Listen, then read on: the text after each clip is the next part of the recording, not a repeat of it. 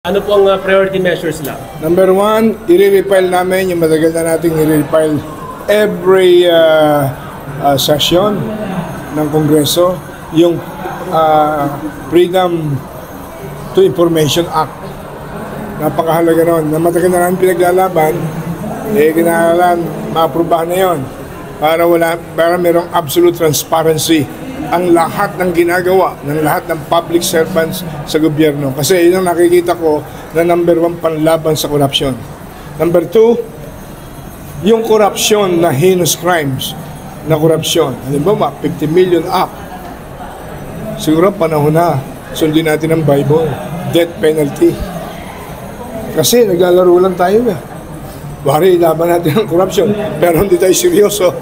Naghihirap ang milyon-milyon tao. Ang nakawan, kaliwat kanan. Death penalty natin. Yun ang pangalawa.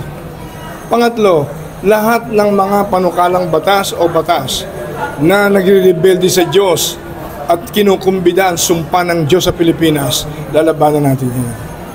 Mahal ng Diyos ang lahat ng tao, lahat ng makasalanan, mahal ng Diyos. Ako, number one akong makasalanan ng unang panahon. Wala akong Diyos na ako'y aktivista radikal, nakulong ng 2 beses during martial law.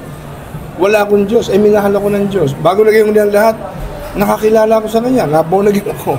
Kaya mahal ng Diyos ang lahat. Kaya lang, mahal ng Diyos ang lahat, pero galit siya sa kasalanan. Hindi natin dapat konsintihin ang kasalanan, dahil ang kasalanan mag-iimbita ng sumpa na madadamay ang buong bansa.